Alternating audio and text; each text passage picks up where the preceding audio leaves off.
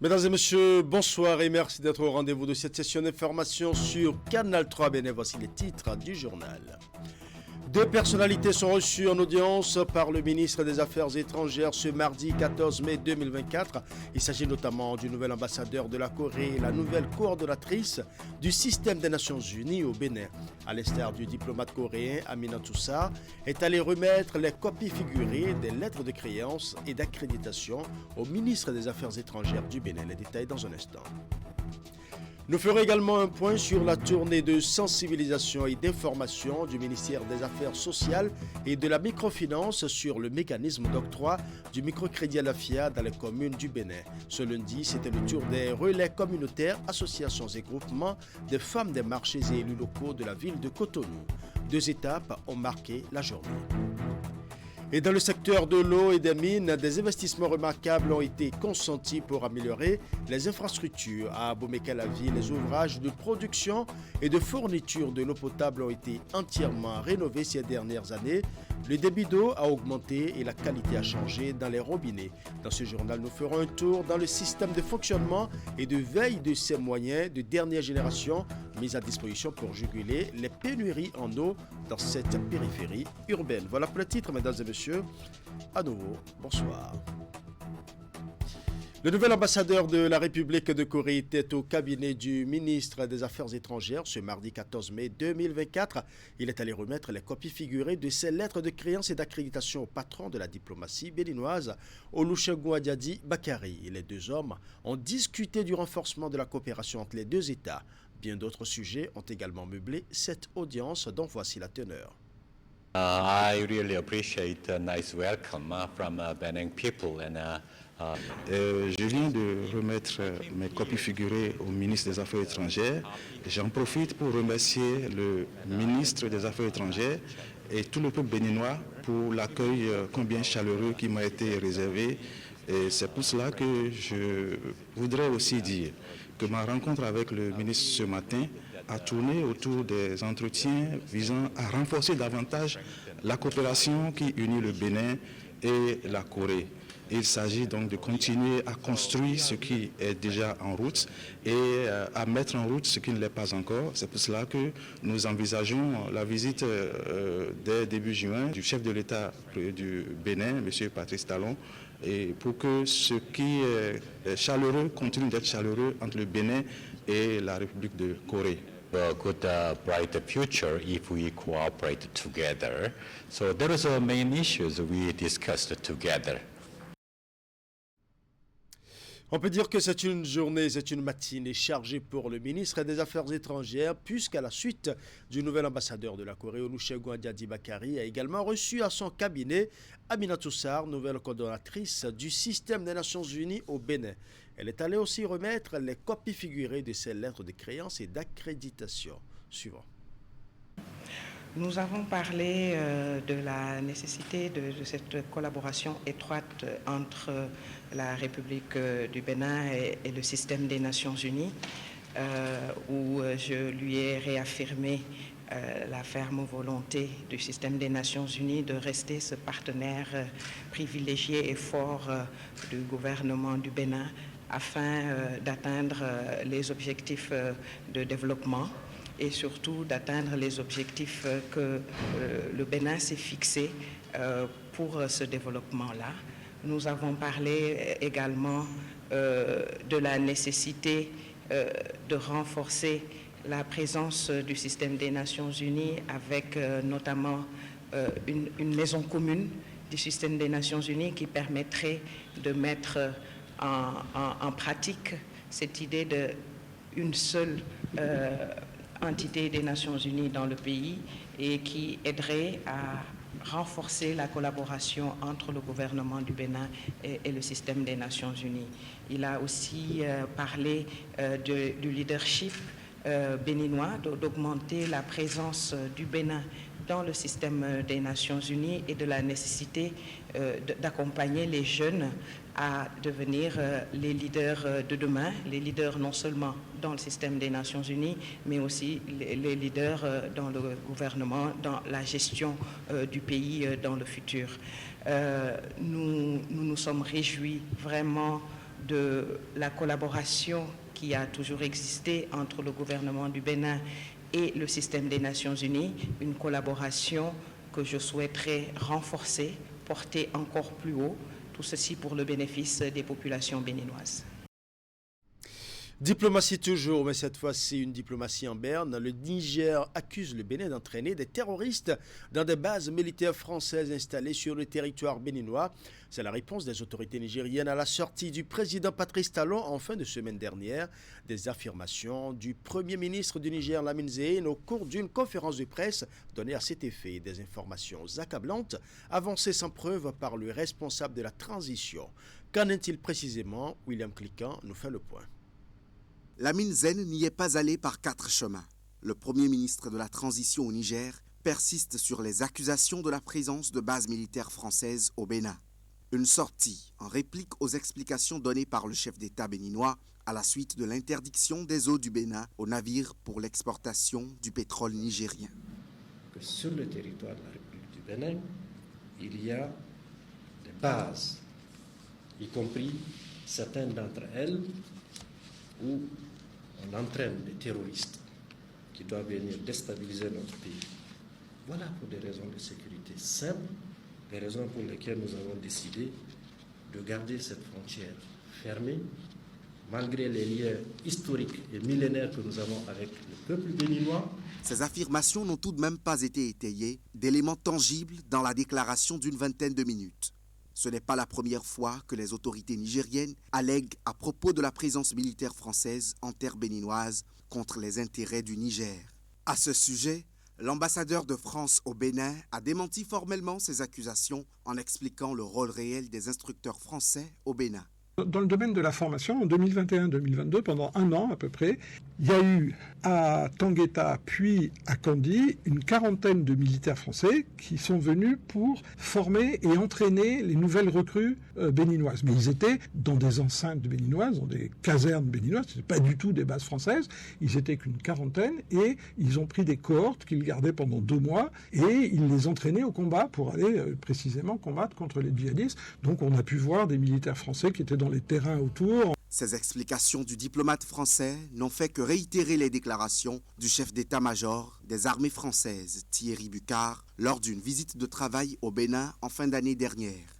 Les assurances des autorités béninoises au plus haut sommet de l'État ne sont-elles pas suffisantes pour rassurer leurs homologues du Niger? Difficile donc de comprendre les raisons de cette campagne d'information menée par Niamey contre Cotonou. Volonté d'asphyxier.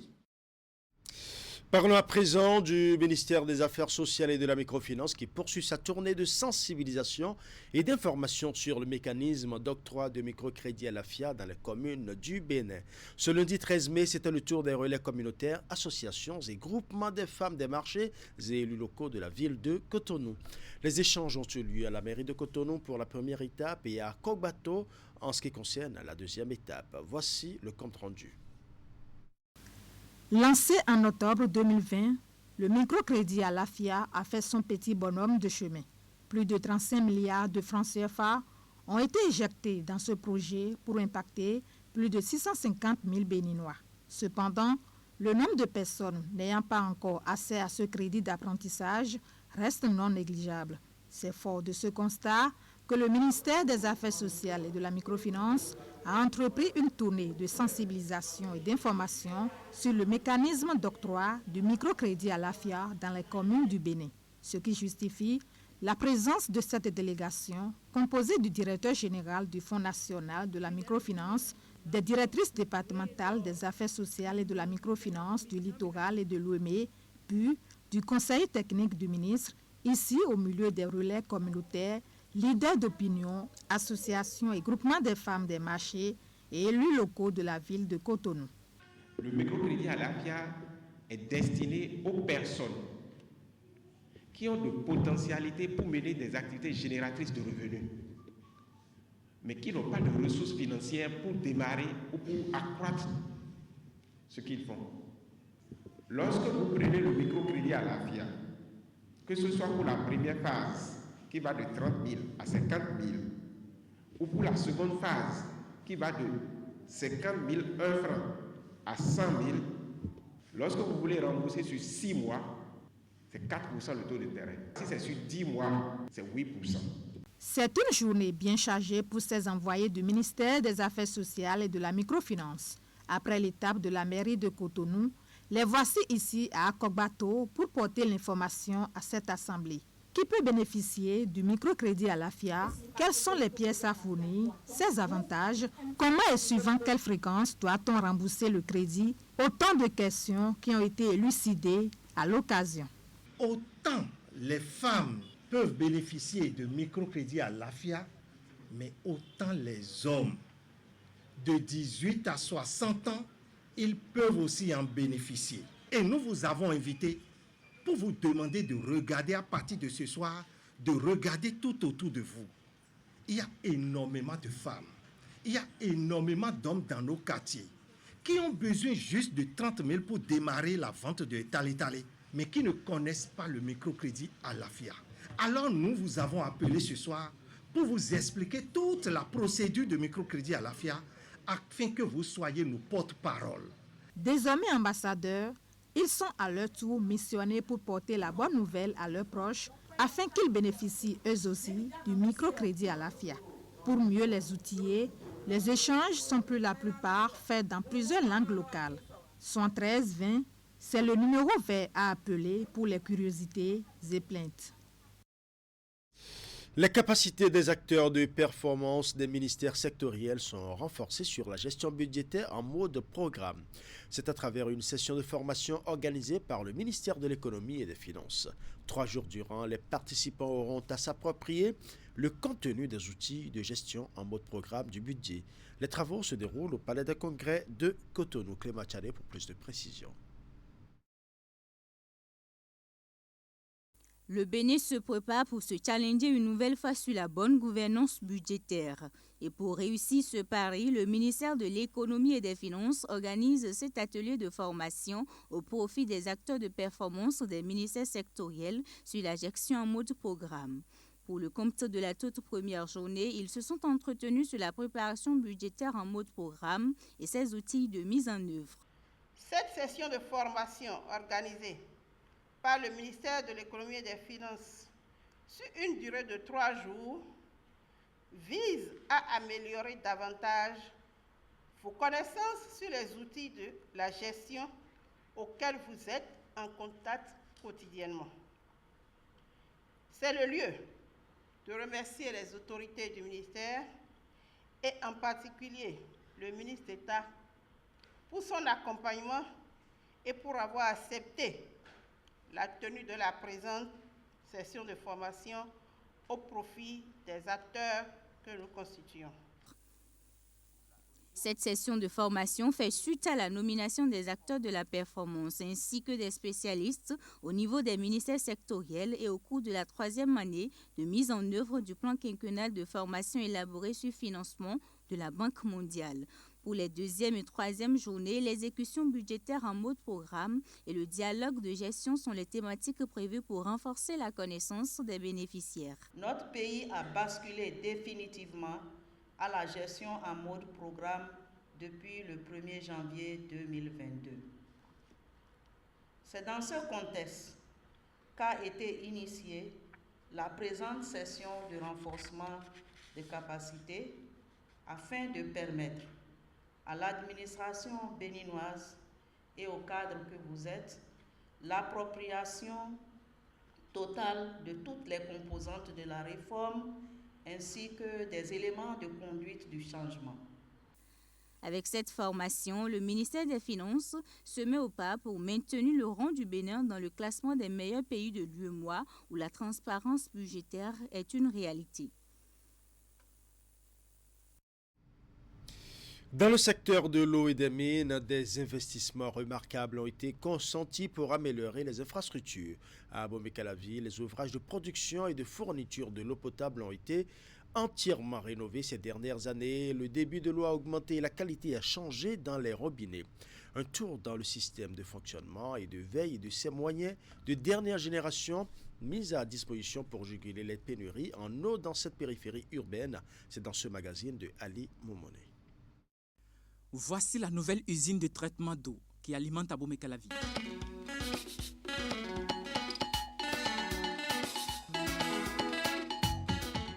l'ouvrage installé ici à Gbodjokor, dans l'arrondissement de Zinvier, est opérationnel depuis plus d'une année. Vous êtes à l'usine d'eau de Zinvier, une usine d'eau complètement construite, achevée depuis 2020.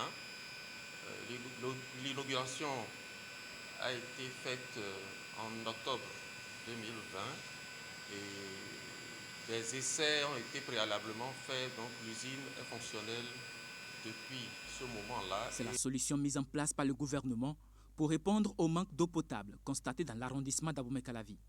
Une quantité de 36 000 m3 est générée ici par jour. Le système fonctionne avec le nouveau château d'eau installé à Roueto. L'eau qui est produite au niveau de l'usine d'eau est envoyée dans la ville de Calavi et ce château d'eau récupère le surplus. Dans notre jargon, nous appelons ça un château d'eau d'équilibre. C'est-à-dire c'est le surplus qui monte au niveau du château d'eau. Et en cas de besoin, quand l'eau manque au niveau de la consommation dans les maisons, l'eau qui est montée au château redescend encore pour renforcer l'eau qui vient directement de l'usine. C'est un château d'eau d'un volume de 500 mètres cubes et c'est à 27 mètres sous la cuve, la hauteur je veux parler, c'est à 27 mètres sous la cuve. Ça alimente la grande partie de Calavi qui souffrait de manque d'eau, de manque de pression. Ça a corrigé, depuis que ces installations sont réalisées, ça a corrigé considérablement ces défauts qu'on enregistrait. Les plaintes ont baissé depuis et c'est pour le bien-être des populations. Pour le fonctionnement de l'usine de traitement de Zinvier, 8 forages sont réalisés afin de recueillir assez d'eau pour mieux servir les populations de la commune d'Abomey-Calavi. Les 8 forages nous donnent un débit de 1500 mètres cubes par heure, d'où les 36 000 mètres cubes jour. Voilà, nous sommes sur un des forages. C'est des forages qui ont un débit qui varie entre 260 mètres cubes heure et 150 mètres cubes heure pour le plus bas débit.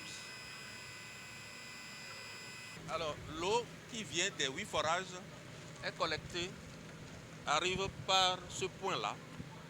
Et de ce point, ça passe par le tuyau que vous voyez, le tuyau de diamètre 800. Et ça monte, l'eau monte dans ces ouvrages que vous voyez, que nous appelons les tours de dégazage. Les tours de dégazage, il y en a 5. Chacun a une capacité de traitement de 364 mètres cubes par heure pour chacune des tours. Ici, c'est un système moderne qui est installé avec des matériels de dernière génération. Pour être plus efficace dans le travail, il est mis dans la réalisation de ce projet un outil qui nous aide beaucoup. On appelle ça la télégestion. Ça nous permet de gérer tous les ouvrages, tous les équipements à partir de cet écran que vous voyez. Je vous parlais tout à l'heure des 8 forages. Ils sont représentés là. À partir de cet outil, on peut démarrer ou arrêter chacun de ces 8 forages-là. À chaque étape, des équipes de permanence sont installées pour assurer le bon fonctionnement des différentes machines. C'est le cas au niveau de la salle de traitement et celle du cas réservé pour le contrôle de l'usine. Ici, nous faisons les traitements chimiques. Comme vous voyez, nous sommes dans la salle de traitement. Et vous voyez avec moi 2 bacs de 2 mètres cubes d'hypochlorite de calcium et ici des bacs de 4 mètres cubes de chaux éteinte. Alors ici, nous préparons 1,5 kg d'hypochlorite de calcium chaque 3h, 4h30. Ça dépend de l'ingestion de notre pompe doseuse. Et de l'autre côté, on fait des préparations de 25 kg de chaux éteinte. Et une journée, après, ou bien ça peut être moins d'une journée, ça dépend aussi de l'ingestion de notre pompe doseuse. Ici, nous nous chargeons de démarrer les forages, de les arrêter, de suivre l'eau qui rentre et l'eau qui sort de l'usine. Aussi, on est là pour veiller à ce que, si un temps la SBE nous fait défaut, on est là pour gérer avec le groupe et autres. Au total, 3 pompes sont réalisées dans cette usine de traitement d'eau. En dehors de celles qui desservent l'arrondissement d'Abomey-Calavi, 2 autres pompes sont mises en place pour servir les populations de Togba-Wedo et Adjagbo. Les 2 autres sont en projet. En projet parce qu'il reste encore des ouvrages à réaliser. Le réseau d'eau, la tuyauterie qui doit servir à alimenter les populations de ces localités, cette tuyauterie n'est pas encore posée. Il y a des châteaux d'eau aussi à réaliser pour ces localités. Il s'agit en fait de Togba, Wedo et puis de Adjagbo. Ces localités bientôt seront alimentées par cette même usine à partir de ces ouvrages qui sont déjà réalisés, qui sont prêts. Un laboratoire est également installé pour assurer le contrôle permanent de la qualité d'eau produite dans l'usine. L'ouvrage est réalisé dans les meilleures conditions afin d'apporter une réponse aux besoins en eau dans la commune d'Abomey-Calavi. La sauvegarde et la préservation de l'environnement est de plus en plus une préoccupation au niveau de toutes les couches de la société. Et quand la lutte prend en compte les enfants et les porteuses d'espoir, c'est le cas du programme de la Société de gestion des déchets et de la salubrité dans certaines écoles comme le collège d'enseignement général de Bégamé à Cotonou où l'éco-citoyenneté est désormais promue. Les détails dans ce reportage signé Assomo Kayan-Siongo. Les élèves du collège d'enseignement général de Bégamé à l'école de l'éco-citoyenneté, un programme scolaire initié par la Société de gestion des déchets et de salubrité qui a duré 3 jours.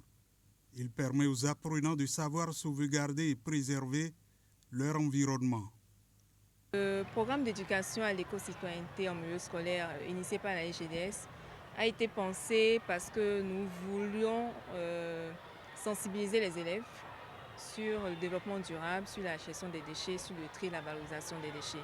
Montrer le lien qu'il y a entre bien gérer les déchets et l'économie circulaire qui peut en résulter. D'où les nombreuses activités que comporte le programme, à savoir les jeux éducatifs sur le développement durable, les jeux sur le tri, sur les déchets. Nous avons aussi le volet production de biogaz. En 3 jours de sensibilisation, les élèves ont appris beaucoup de choses. La préparation du compost, l'aménagement de carrés potagers, la mise en terre, l'entretien. Une satisfaction pour tous. Durant les 3 jours qu'on a fait, j'ai appris qu'est-ce qui forme les composts. J'ai appris comment on pique, comment on dépique. Et depuis quelques mois, cela a porté beaucoup de fruits. On a planté les carottes, le gombo, le crin-crin et du piment. C'est avec beaucoup de bonheur que nous avons accueilli ce projet. Et ce projet de promotion de l'éco-citoyenneté en milieu scolaire.